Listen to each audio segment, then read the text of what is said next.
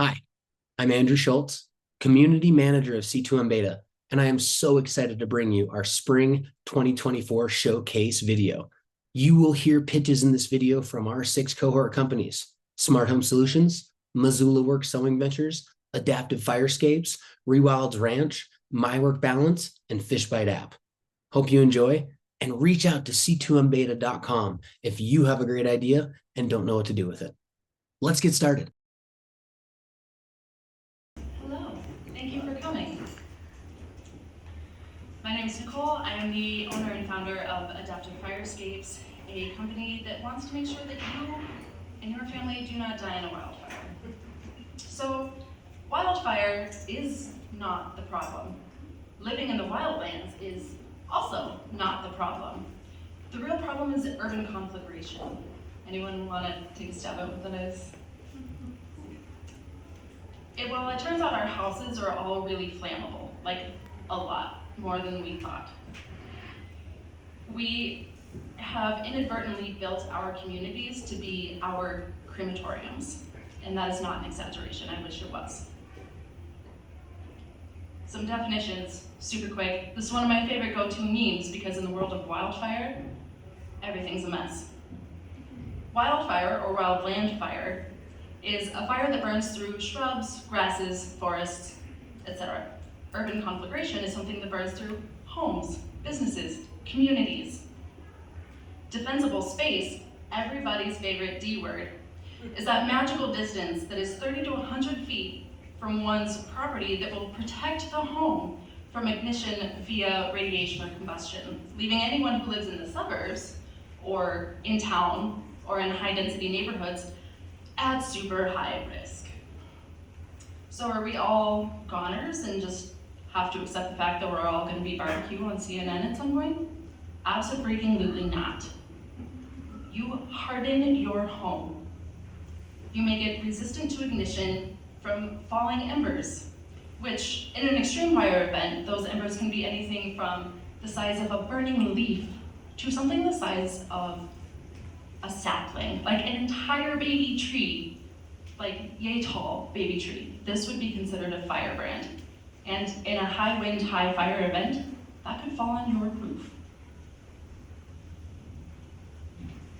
And the fun part is that home hardening is deceptively simple for almost everyone to do.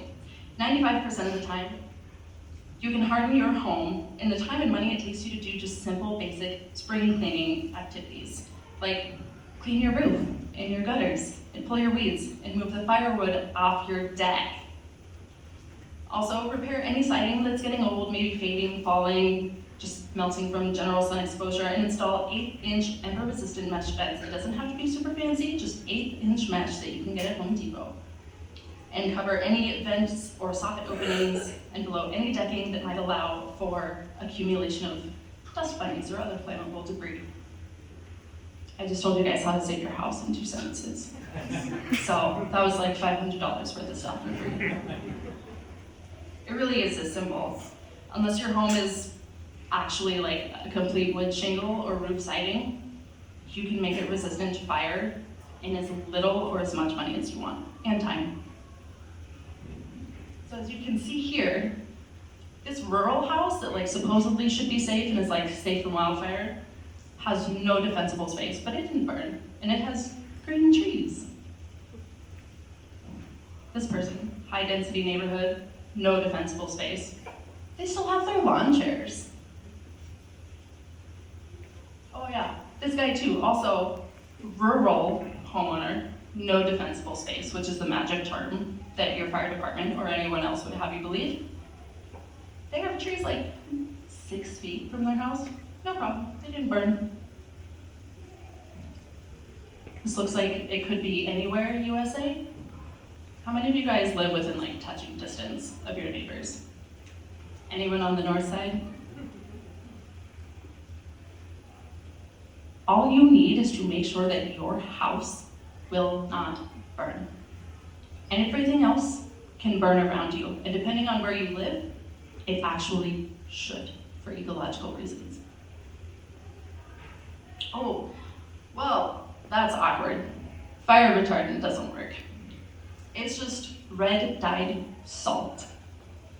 So that poisons our fish, it poisons our agricultural lands, and it causes toxic algal blooms. But it's fine, we'll just keep spreading it all over the country. The more that we try to put out our wildfires, the bigger we build our funeral pyres. North America is a continent that evolved with wildfire, but our communities are designed like 400-year-old European villages. To clarify, that means not fire resistant, whether it starts in the barn or in the woods. Your home needs to be able to defend itself. And generally, it is possible to have this outcome, a so-called miracle home, without spending tens of thousands of dollars. That's the best part, right? Because how many of you guys have like 80 grand burning a hole in your pocket? You can hire me if you do. I won't even cost you anywhere near that much. So just to help you further understand what I mean when I say we've built flammable communities in a wildfire-evolved habitat, this is a pretty rainbow graph. It has nothing to do with pride. It's just how they did it. Wildfire used to occur on this continent in regular, predictable intervals. Not like human clockwork, but like nature's clockwork. But we've suppressed it in an attempt to maintain harvestable lumber and to extol our dominance over nature. America needs to burn, and sometimes it needs to burn often. That is the natural, healthy life cycle for our wildlands. So if we're going to build static communities, we need to be able to let fire crawl by and not take our house with it. Now, Indigenous Americans who lived here, remember, for like 10,000 years before we got here, they survived when annual wildfires were in the tens of millions of acres, not the like 1 to 4 million acres that we have now. I should have brought my water.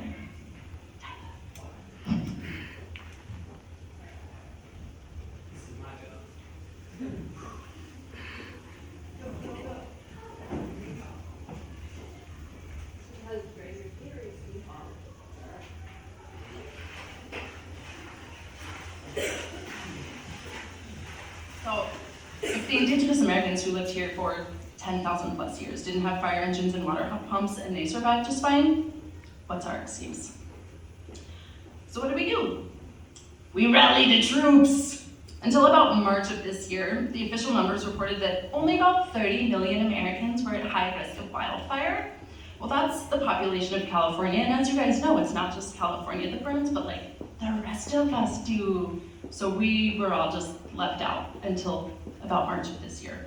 It's actually closer to 100 million Americans at risk, which is 1 in 3 Americans.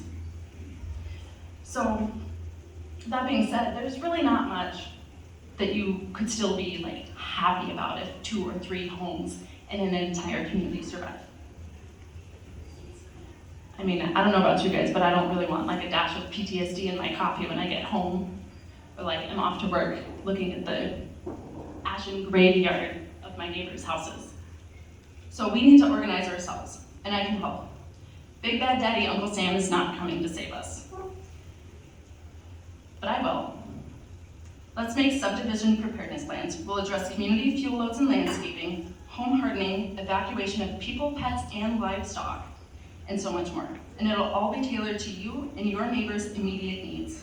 There's no cookie cutter, one size fits all when it comes to keeping you and your family safe and your home intact. With rates as low as $50 to start per home, I can create a wildfire preparedness template that can be used and replicated for communities that I can't directly help. Because 100 million to 1 is sort of a really daunting ratio.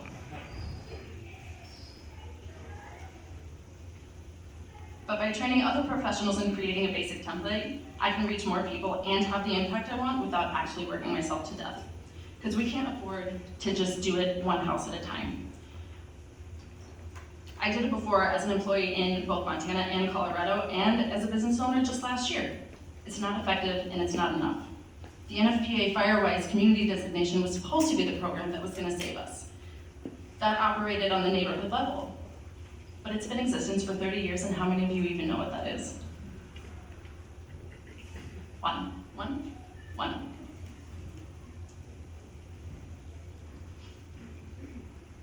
I bore witness to the Paradise, California conflagration in 2018.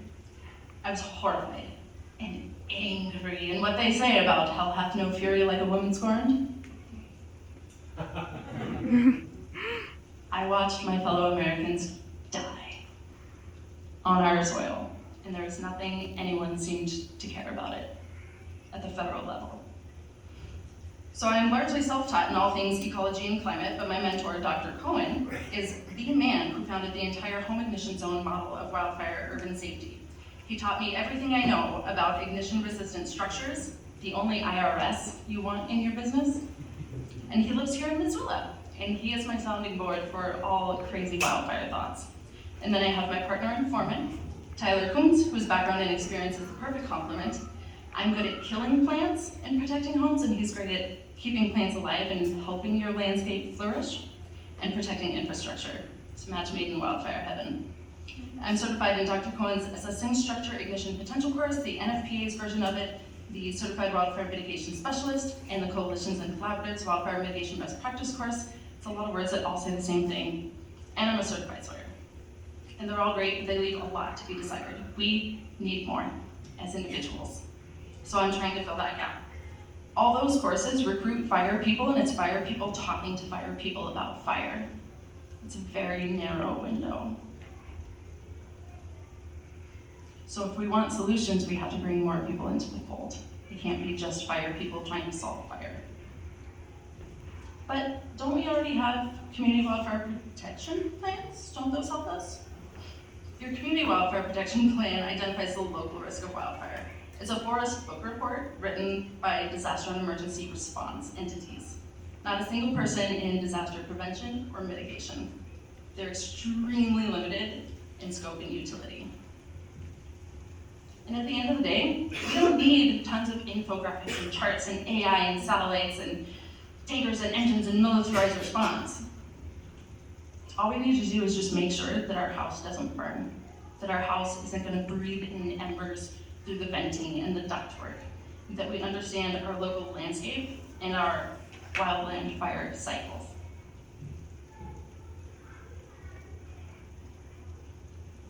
It's Occam's razor. Often the simplest answer is the right answer.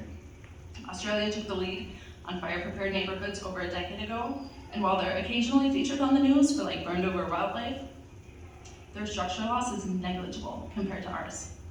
They don't have insurance companies pulling out of entire regions in mass real estate freezes and mortgage freezes like we do. Wildfire is an everybody problem, and we need to address it together because the government is taking its sweet, sweet time coming to our rescue.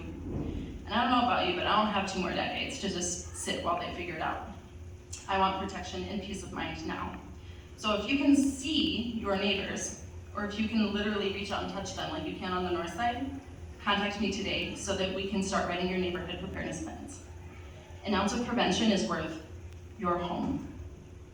Neighborhood preparedness plans are effective for commercial and residential properties, and we're also developing a curriculum for professionals in real estate, insurance, construction, and landscape design. It's going to take all of us playing our parts to ensure our communities survive all fire events, whether they're caused by humans or lightning. We can get through this, and it starts here with adaptive fire escapes and our wildland urban fire neighborhood preparedness plans. We can have our trees and our homes. We just need to learn to live with fire like our predecessors did.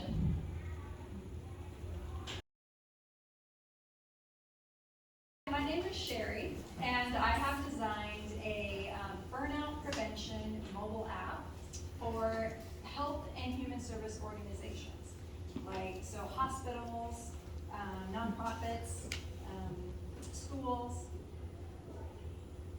How many of you have ever used the term "I'm burned out" or heard somebody to describe how you're feeling? All right, pretty much everybody at some point. But did you know that burnout is costing U.S. companies $1.9 trillion a year in lost productivity? So Gallup estimates that an employee who's burnt out is 18% less productive than an engaged employee. So the question that I get asked the most is, why am I doing this? And I suspect that maybe you're thinking it's because I experienced burnout myself, and you would be right. That is why I did it. So I did go through a period of time where I dreaded going to work. I was emotionally explosive to the people around me. This is embarrassing to say. I worked for about 20 years. For my first part of my career was with children who had been abused and neglected.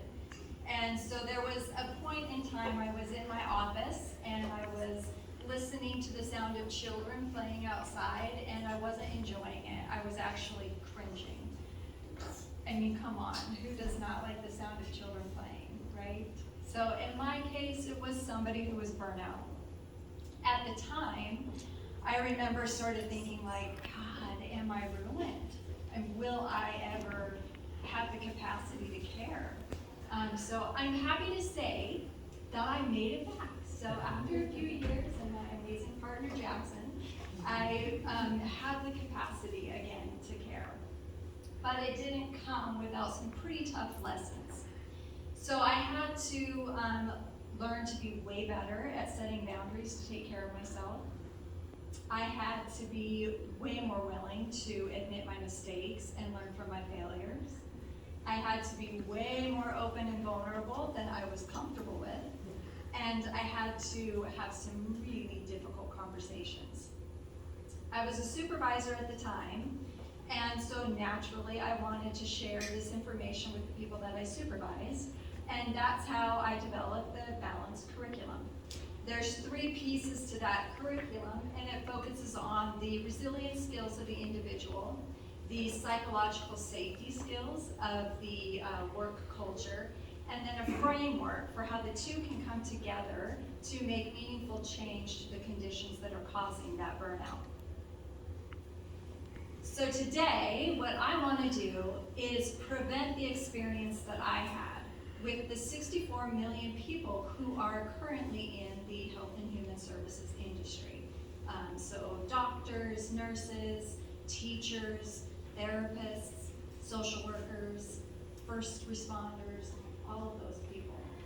And leading researcher Christina Maslach, she has reported that if you measure burnout conservatively in any organization, that 10 to 15% of those employees will be experiencing full criteria for burnout, and a little over half will be experiencing partial criteria. So those organizations employing those 34 million, they are spending $76 billion a year in healthcare costs related to the stress that causes burnout. And they estimate that there's 48,000 deaths a year due to the stress that causes burnout. Right now, physician suicide rate is at an all-time high. For male physicians, it's 40% higher than the general population. If you think that's bad, for female physicians, it's 130% higher. Right now, health and human service organizations are spending $8.3 billion a year to address this problem. And this is expected to grow at a rate of 6.6 over the next 10 years. So why are we still seeing these burnout rates? Research right now is showing that the solutions that are out there, they have some effectiveness, though there are limitations. So the greatest limitations are any solutions that focus only on employee mental health and wellness, and they leave out the pieces about the organization culture. They have zero effectiveness on burnout. Other limitations are that the current solutions are targeted to sort of small groups of people. They're kind of generic or one-on trainings and stuff like that, and they lose their effectiveness over time. There's also research that says that about only 5 to maybe 20% of people actually engage in these solutions. So this is where my work balance comes in. We have taken the most critical elements, components from research, And we're also utilizing advances in technology to overcome these limitations. So, it being a mobile app, it's able to get every single employee, no matter what level in the organization, and can stay with an individual for as long as they need it. It begins with assessment, which research shows increases engagement. So employees are able to score their burnout levels, their professional fulfillment levels, their own resilience skills, and then also the skills within the organization. There is the Balance Library. So there's 7 hours of on-the-go training that is broke down into 5 to 10 minute videos. There's a reflection feature that allows both the employer and the employee to identify and analyze the elements in the workplace that are causing distress. And then there is a feature for employers to help increase engagement, while at the same time prioritizing the confidentiality of their employees. This is to help, include gamification and different motivators, but employees are able to indicate whether they want to remain anonymous or be named. So right now, the strategy for My Work Balance is to exist. So I do have an MVP, so I actually have something. But revenues are to come from B2B sales of annual subscriptions of the app. And marketing, to begin with, is just going to be lean and organic. And I'm looking for those loyal customers who are willing to buy in at an early user rate and see us through this first phase of development. So our objectives for the first phase are to get into market fit research, which is true or blank. Market fit research, I know there's something else. To put the enhancements into the app, and then to measure our effectiveness outcomes to get ready to scale. So the team of My Work Balance, besides myself, founder, CEO, and the only one to blame, is my husband, who is my #1 business consultant, having had a successful career in nonprofit leadership. And of course, whiskey has to be named. He is our burnout prevention solution. Matthew Rhodes is my local tech guy who is helping by even filming today. Everything technical. My really dear friend, Leslie Angel, she's a PhD and has a private practice in town, and she helped me pull together the research to support the curriculum. And then Armia Systems is the mobile app developer out of India. So how you can help today is, I'm here, talk to me. If you know of an organization that wants this, or might have some interest, I also am doing a referral program, so there could be something in it for you. And check out my website, My Work Balance. So right now, the SEO is still being set up, so you have to say myworkbalance.com so you can see it. But there, I would right now focused on B2B, but will be soon also B2C, and so you can join the wait list, get a demo, sign up for the newsletter, and then also I'm on LinkedIn, so help promote me on LinkedIn. Thank you. Thanks so much. My name is Jill Demers, as Andrew just said, and I'm going to talk to you about our company, Rewild Ranch, where we cultivate healthy people and a healthy planet. Our peaceful mountain setting, we're a regenerative farm stay, and I'll get into that in just a second. But it's a peaceful mountain setting, unique accommodations, farm-to-table meals, and fun workshops and activities are all meant to help you reconnect with food, nature, and each other. And just so you know a little bit about who runs this place, this is my husband, Jay. He's the co-founder and vice president. We've been best friends literally since we were children. And the guy can literally build anything out of anything, and I'm very bossy, so that's really good. We share a vision for healthy people and healthy planet. And then as I mentioned, I'm Jill Demers, and so you know a little bit about me. I'm president. I hold a master's degree from the University of Montana, where I studied literature and sustainable agriculture.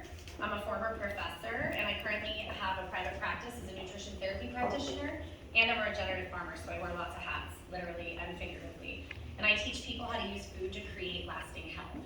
So we're taking a dead piece of land and employing regenerative farming practices to improve the health of the land and consequently their surrounding ecosystem in the process. And we follow these 5 guiding principles of regenerative agriculture. And I can go into detail of that if you want me to, but really the bottom line is these are the intended results and it's working. So this is 1 year post implementing regenerative practices, and we're having a lot of success regenerating and restoring the land to health, but this isn't the first time that we've taken something sick and restored it to health. So this is my son Alder. When he was 3, he was diagnosed with autism. He was considered severe, nonverbal at age 5. And really as a mom, when I would look at him and the 3-hour tantrums and the inability to make eye contact, I didn't see authentically him. I saw a sick child. And we got to work. So we used food to cultivate health in Alder. And literally within 72 hours of changing his diet, he made eye contact for the first time. So 3 years after we changed his diet and we learned more about nutrition therapy, he lost his clinical diagnosis for autism. And as you can see today, he's a middle schooler, he wrestles, he sings in the choir, he's got a posse of homies, he lives a really great life that he otherwise couldn't if we wouldn't have intervened and learned how literally to cultivate health. So people ask me all the time why food made such a difference for him. The answer is really simple. Healthy food grown in healthy soil make healthy people and a healthy planet. And I'm not saying every child with acute autism or people with hardcore inflammatory and degenerative diseases can all make a full recovery, but what I am saying for certain is sick people and sick animals and sick plants make sick people and sick planet. And I see this over and over in my clinical practice, where I help people make changes to their diet and lifestyle with dramatic outcomes positively for their health. And the biggest factor contributing to the health or lack thereof is food quality, and the problem's big. And so in addition to the numbers that you see here, I'm not gonna be mundane, you can read, but in addition to what you see, 70% of American adults are obese or overweight, and 1 in 2 men and 1 in 3 women will be diagnosed with cancer with a 50% mortality rate. That's in the United States currently. And a handful of companies own the tens of thousands of brands you see at the grocery store every day, and they're probably not who you think they are. And the reason these foods are highly addictive and dominate the American plate is simple. They're following Big Tobacco's marketing playbook because Big Tobacco owns the majority of these brands that we eat. The WHO, the World Health Organization, has blamed the rise of obesity and the disappearance of available fresh foods. So that's one. So lack of availability, control of the food chain by corporations, and increasing mass production of processed foods. So 70% of what Americans eat are ultra-processed foods, so highly processed foods. And the results are simple. People eat the standard American diet, and they end up with the standard American diseases. And our children suffer the most. So for the first time in history, our children have a shorter life expectancy than we do. And then according to the NIH, the leading cause of death and disability is an unhealthy diet. So I don't think I need to drive it home too much more. I think we get it. Unhealthy food is literally killing us. And if that's not bad enough, the negative environmental impacts resulting from industrial agriculture includes deforestation, water overuse, greenhouse gas emissions, soil contamination, erosion, desertification, loss of biodiversity, habitat loss, and more. But don't panic. We have options, and they're really, really simpler than you think. So according to industry experts, these 4 ways are the most important ways that you can positively impact your health: food, movement, nature, and community. And of these, food is the biggest single contributor to positive health outcomes. I want to go back to that because this is important. So regular movement, preferably outside, is essential literally to our species. The average child spends 4 to 7 minutes outside in nature daily, and 7 to 8 hours inside, often in front of a screen. And the American adult spends approximately 4 hours average outside time weekly. So So what if I told you there was a place that you could go and do all of these things, all 4 of those things? Move your body outside, feel connected to nature, eat high quality nutrient-dense food, grown it in ways that support people and planet, and feel a deeper sense of connection and community while you make lasting memories of people you love the most.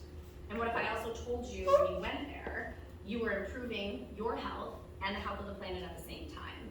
So at Rewild, you are the change maker for healthy people and healthy planet. And so what we are is Rewild is a guest ranch in the agro-tourism sector, which basically means we maximize revenue in the 2 biggest sectors in the state, so agriculture and tourism. The global agro-tourism industry is projected to grow from about $70 billion in 2020 to $117 billion in the next 5 years.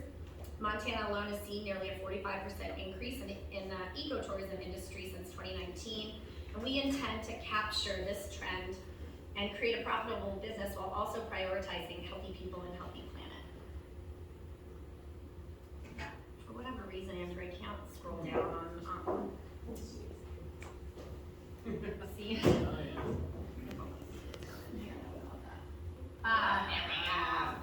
Magic touch.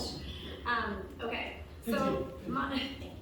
Montana has 27,000 farms and ranches operating on more than 58 million acres of land, but only 2% report in agritourism as a significant source of income. So there's a big white space here for potential. And I'm a 46-year-old first-generation farmer, which is really rare. The cost of land in this state is exorbitant. We all know this. And that really compromises the security of our food and the potential for next generation farmers. So I'm not your average first generation farmer. It took me all this time and my husband to be able to afford land. So we're not setting ourselves up for anything like this. But agritourism provides small farmers like us with an opportunity to grow our agricultural economy, conserve agricultural lands, increase access to high quality nutrient-dense food, boost our local economy, and prevent large out-of-state developers from taking our farmland and turning it into condos. So we generate income in 4 different ways. Short-term rentals, workshops and retreats, farm activities, and events, and these diversified revenue streams will make farm productivity more viable because really small farms are not super profitable. So our short-term rentals, this is our bread and butter. We've already been doing this, as you can see. This cabin right here, my husband and I literally built with our bare hands. It was our home.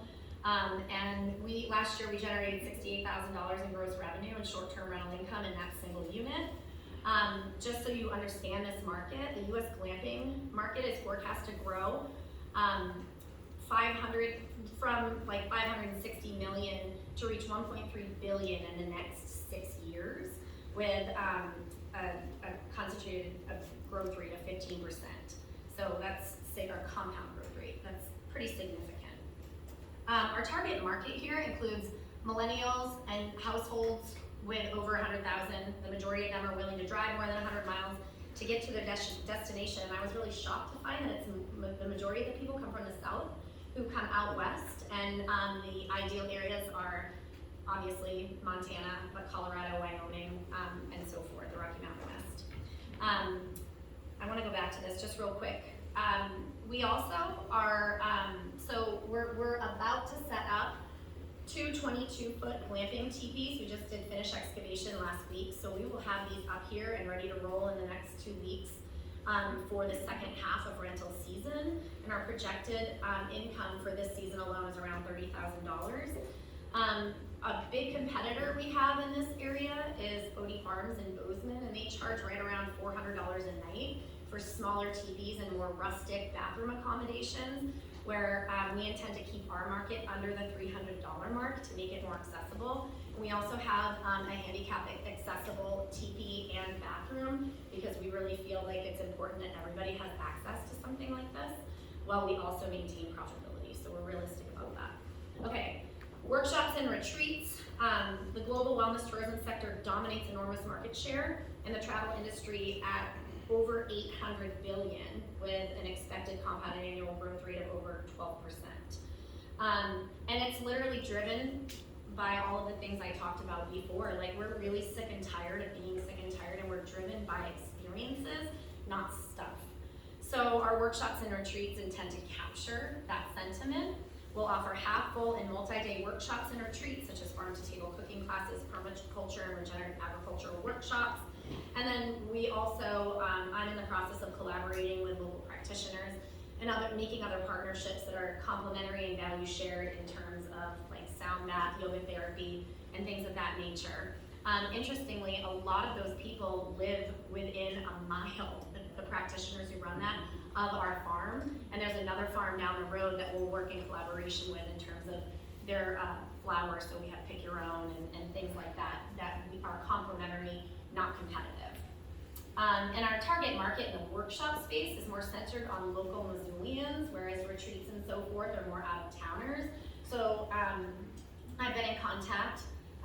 We've done collaborative work together with Nicole here in the room, but I've also been in contact with other organizations like MUD and Garden City Harvest on doing collaborative projects centered around Missoulians and Montanans in particular.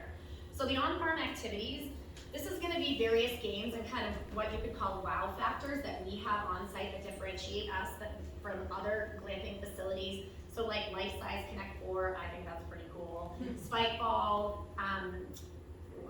we have a sauna with a cold plunge pool that we're putting in, frisbee golf, but then other things like pick your own. Obviously for things like fruit trees and berries, that's going to take multiple years, but things like pumpkins and so forth, they're very prolific, easy to grow, and it gets people on site, and so that's the objective. And the 4 objectives are for upselling, so when guests stay there, we can upsell a farm tour or things along those lines. We can increase the wow factor, like I said, that differentiates us.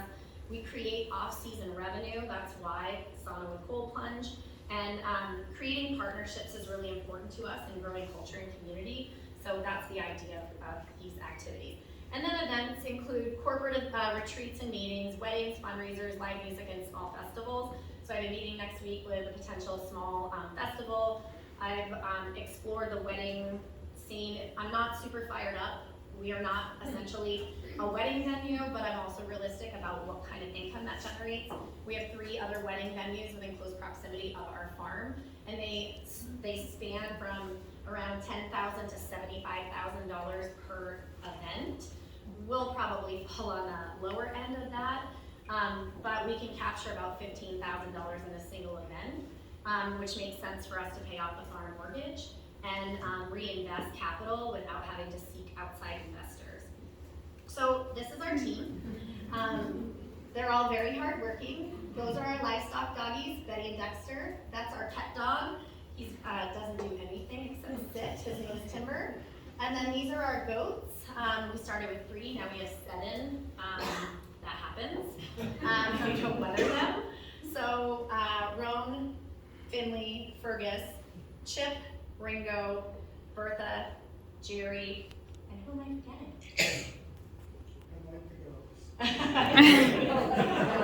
They eat everything. They do. I forgot one, but I can't remember which. And this is just a basic site map of development. So thankfully Jay's a land surveyor. So I employ his skill set to not only just build things, but to help with our development. So as you can see, this is a multi-phase project clearly. Like this, we've got a 10-year span. We're in year 3. But we have everything from water rights secured. We've got a spring on that we're in the process of developing. We're putting in a new well. We've secured funding for that. We are in collaboration with a straw bale company to be able to host a straw bale workshop in summer of 2026, where we'll have 3 small straw bale cabins, then we'll move the teepees to a separate site. But you can see we've got a lot going on. We'll have a commercial kitchen at the end of this summer and a bathhouse where it's like the most beautiful outdoor bathroom you've ever seen. And if there's a bomb that goes off, that's where you want to go. Missoula County's building regulations are hardcore. So, and then this is the farm portion of the map. So the idea is we concentrated development in areas that were already developed, and everything down to our fencing takes the entire ecosystem into consideration, from where we put our gates so that the elk can come through. We have a wolverine that lives, so we have 60 64 acres, and we border public land and the Clark Fork.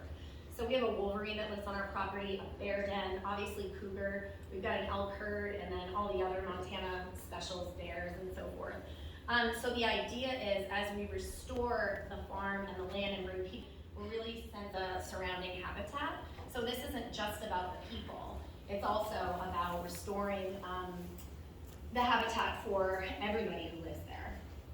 And then, so in between the areas that were already developed, then that's where our growth space is. And our focus is on a combination of native plants and flora, whether it's huckleberry or elderberry, but then we have literally some wild apple that I've spoken with a woman up the 9 Mile about splicing. So we have some really cool projects underway, but 64 acres is a lot to cultivate.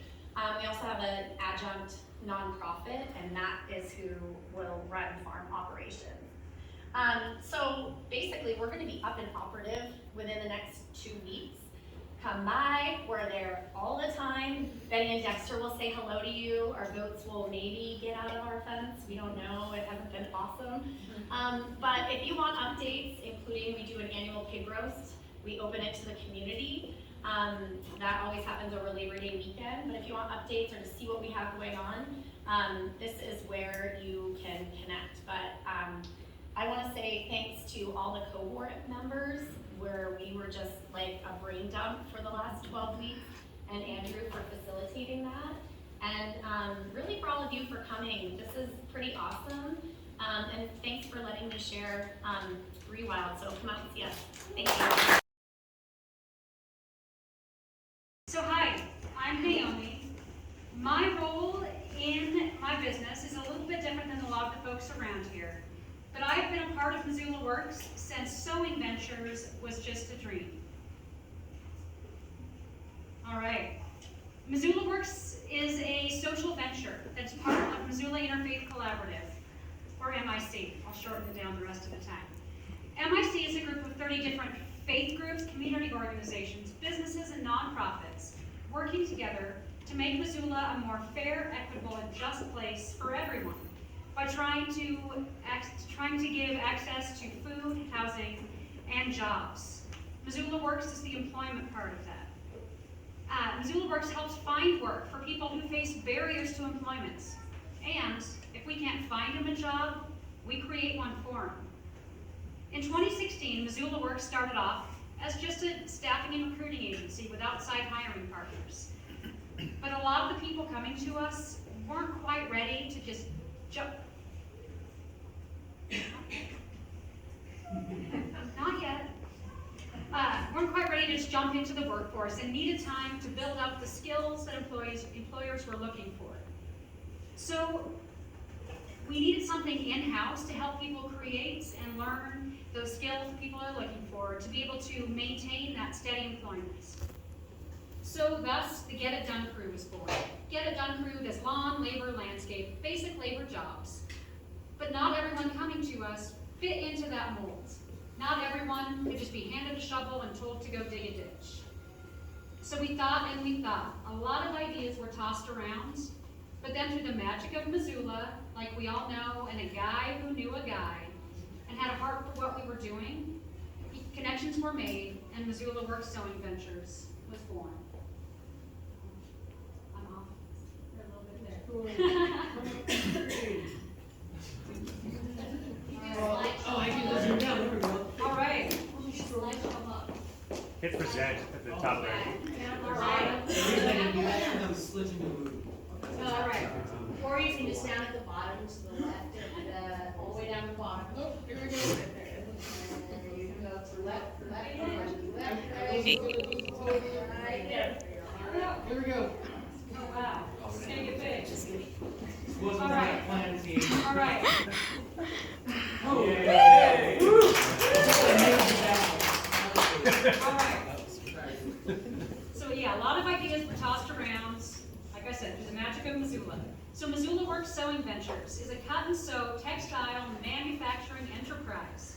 We're creating a whole line of products made from all repurposed materials, but designed with Missoula and community in mind. Best part, doing a lot more than just making some cool bags. This is where I switched to movie. Not yet, that's the next one. Oh, shoot. Not yet.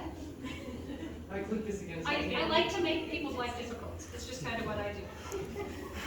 So Elizabeth, who you see there, is one of the people behind the label in the sewing room.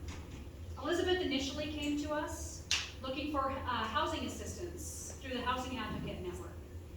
She had moved to the United States. She grew up in Germany, and she'd been sewing since she was a kid, sewing military uniforms and suit jackets. She moved to America, built a family, continuing to work sewing for most of her life. But now, she was 78 years old, not getting around like she used to, and she was living in her car. And she came to us, and nobody wanted to hire her. Well, we did, and we hired the heck out of her. And you know what? I'll let you tell her story.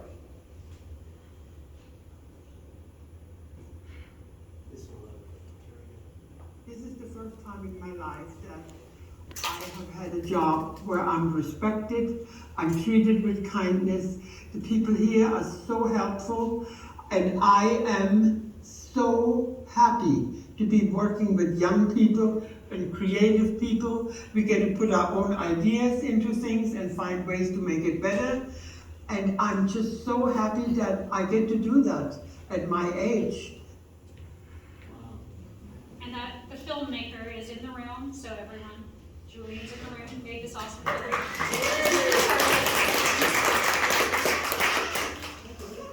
But Elizabeth isn't the only one doing the sewing. Right now, our sewing room has well over 200 years of sewing experience. I mean, it helps that one of those people has 65, but you know. But you walk into that room, and behind the whirring machines, you'll find a single mom, a couple of retired smoke jumpers, an artist, or a refugee. That is who is behind our label. Someone who needed another chance. We aren't just hiring people to make our cool bags. We're making our cool bags to hire people. But there's more happening in that sewing room than just giving another chance to workers. My buddy, Sad Earth, is there to just attempt to soften some images representing what is quickly becoming a global crisis. Disposability is a fundamental part of modern capitalist economies. There's always something newer and shinier. Trends change faster and faster. Yesterday's must-haves quickly become tomorrow's old news. And while industry depends on it, our Earth is suffering the consequences. In the US alone, more than 11.3 million tons of textiles are just discarded every year. That is enough to fill the Empire State Building 3 times over. And while fast fashion is a major contributor to the epidemic, a mountain of textiles, from carpets to towels, furniture, upholstery, luggage, industrial fabrics, is just discarded each year. Missoula Works Sewing Ventures is taking a bite out of those numbers by using materials that would have otherwise made their way to that mountain of waste. By choosing to purchase a bag made from us, you're investing in an organization that gives new life to what was thrown away and who employs people who might have been passed over for the younger and faster option. Now this one might be a cheap shot. The image on the left was just brought up on a stock image search for fast fashion, but that blue bag cost me 1 cent. I'm pretty sure all of us here could fill in the blanks about the conditions under which it was made and the material waste that went into its production. One on the right, well, you know that story. This all sounds great, right? Yeah, it is pretty awesome. In just a year, we've grown from 3 people sewing 3 different products to 9 people producing more than 7. Problem? We're losing money. The people in our sewing room earn an average of $18.75 an hour, have access to MIC's wide range of wraparound services like housing assistance, things that MIC does. Some exciting things I'd love to tell you about later. But all of that results in a much higher unit cost than what is available and mass-produced overseas. But right now, we have the machines, the space, the wait list of job seekers, that we can make that number 15 tomorrow if we wanted to. But to do that, to expand and reach that 2025 goal of 20 employees, we need a constant stream of large-scale orders for the bags we make. But that means more business and more businesses and more organizations choosing to pay the premium to buy the bags that tell a story. Because without this job, most of the people in the sewing room, they lose their access to all of the opportunities that being part of MIC has afforded. So I'm here today because due to the nature of our business, we're consistently losing money. And we need help to keep it going. Multiple ways for that to happen. First one's easy. You buy a bag. I've got some with me. They're unique, high quality, they look great. Get one or 3 for yourself. There's always holidays, birthdays, special events. What better way to tell someone you put thought into what you're giving than by giving a gift that tells an awesome story? Next, you have a big event coming up. Do you need gifts for your customers, for your employees? Are you always donating or sponsoring and need a bag that tells a story? We can do that. I forgot to bring my bag up. We can do that. Clearwater Credit Union, right there. We designed and made this. But we need,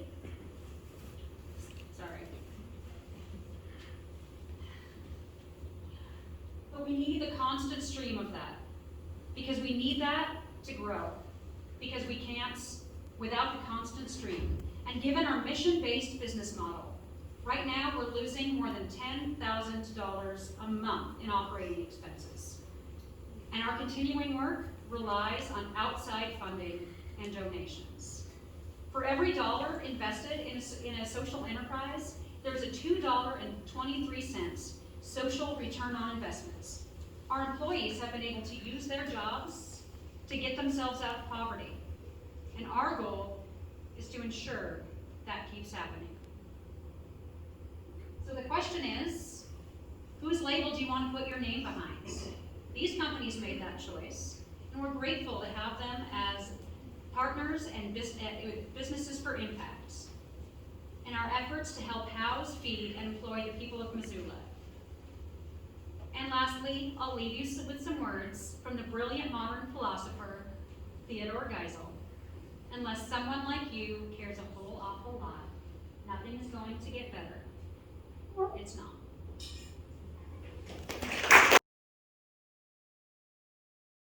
Jason, and my wife Jordan is back here, and we're going to introduce you to Smart Home Solutions. To touch on Nicole's note really quick, by the way, that will keep your heating system from bringing in embers into your house, we can help with that too. A well-designed smart home is planned out in advance. It's thought about. It's not an adding a DIY project one at a time and hoping it all works together at the end. Why home automation? Home automation companies have been established for decades, but right now we're on a precipice. Things are changing. And it's generally reserved for the mega mansions and millionaires. But everything's changing, and it's getting more affordable for everybody to have that technology and that convenience in their home.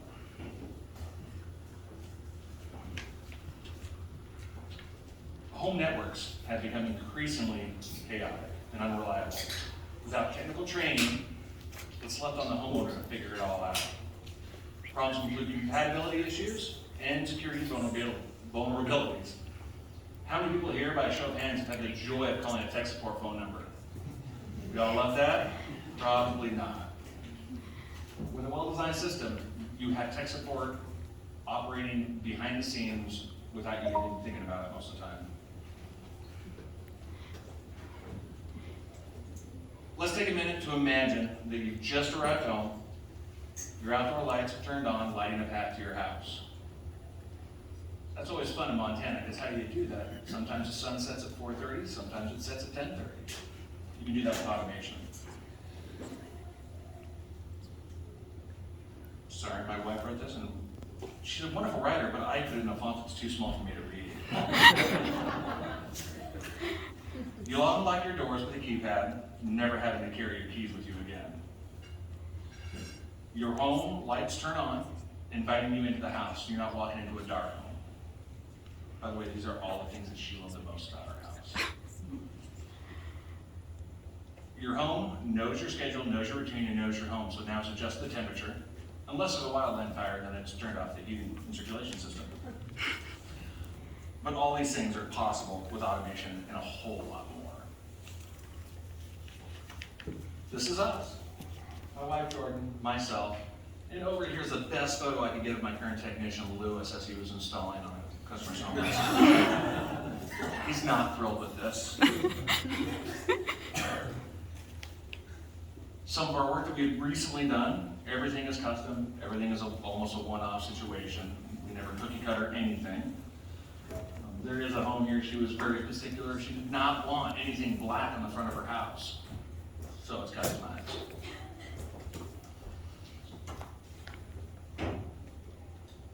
Going back to us really quick, Jordan, she has her associates in computer technology with an option in programming.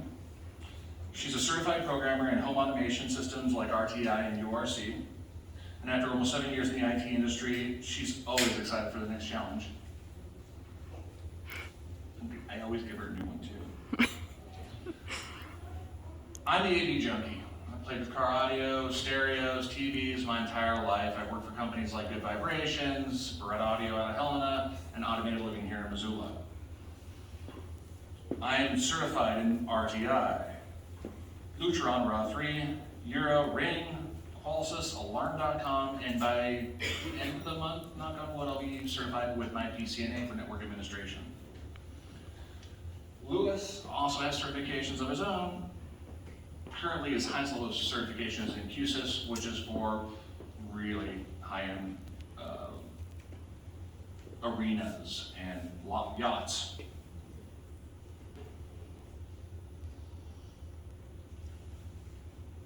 There's a lot of options that make up home automation. Video doorbell, surveillance systems, whole home audio. The options are endless and customizable to each person. Aesthetics are always important, as we discussed. We have a customer who constantly is having issues with her package getting stolen in an apartment complex. You'd think plenty of people around, not a problem. We did a simple installation of a Ring camera and that problem's gone away. She's literally saved hundreds of dollars a month.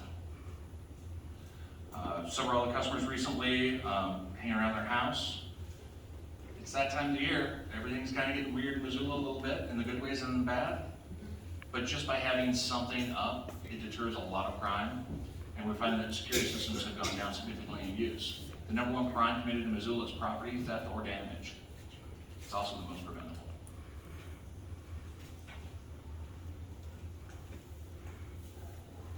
Why us versus anyone else?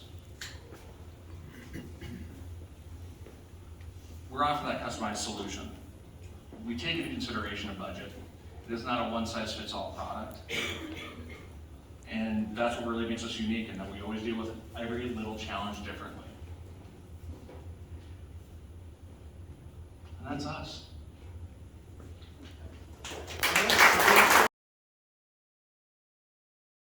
Can I just get a show of hands here for people who have fly fished before? Okay, great. What about people who have just been fishing in general before? Okay, even better. That's all right. Who has been fishing and not caught anything when they went out fishing? Yes, I feel the pain. I got into fishing in high school, and my friends and I didn't have a mentor, anyone to really teach us how to fish. So we spent many, many hours at the local reservoir not catching fish. Fast forward to college, and I was gifted a fly rod.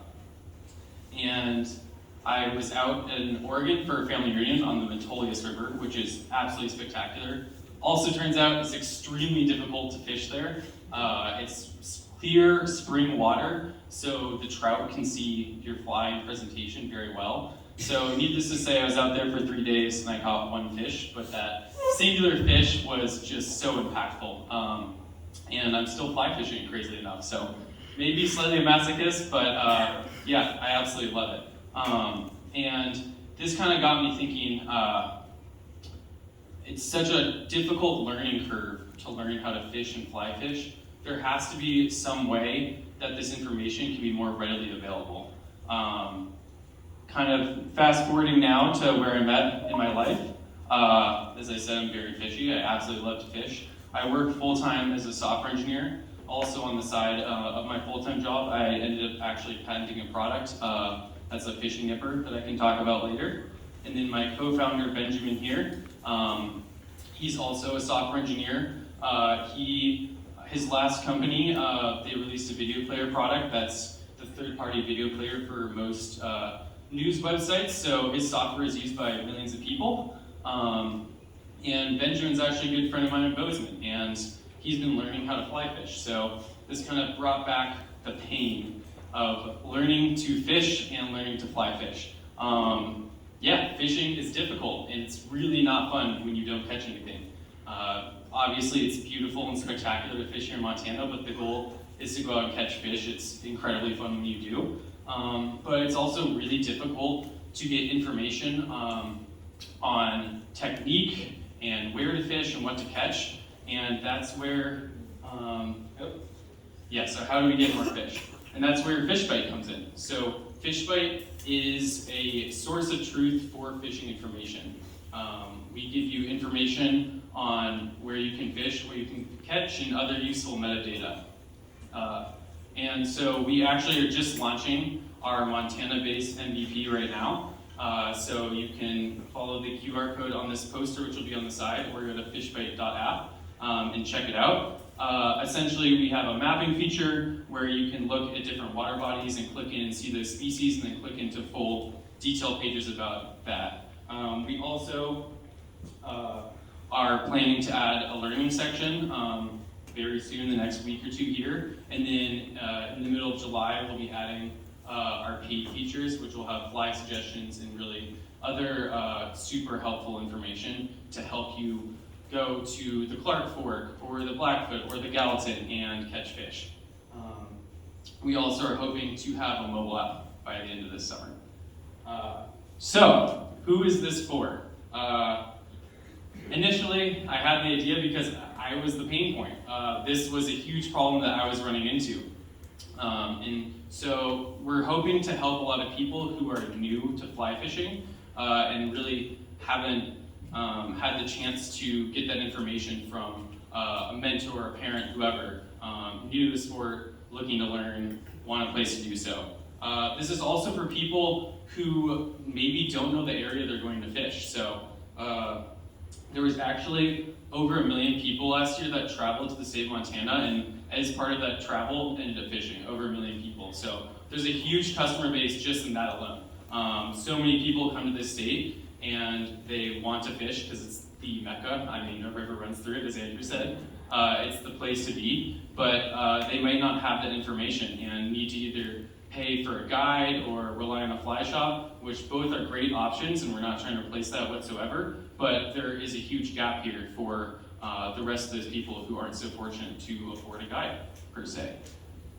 So what is our path to revenue here? Right now we're completely bootstrapping this. As I said, we're both software engineers, so we're able to develop this app.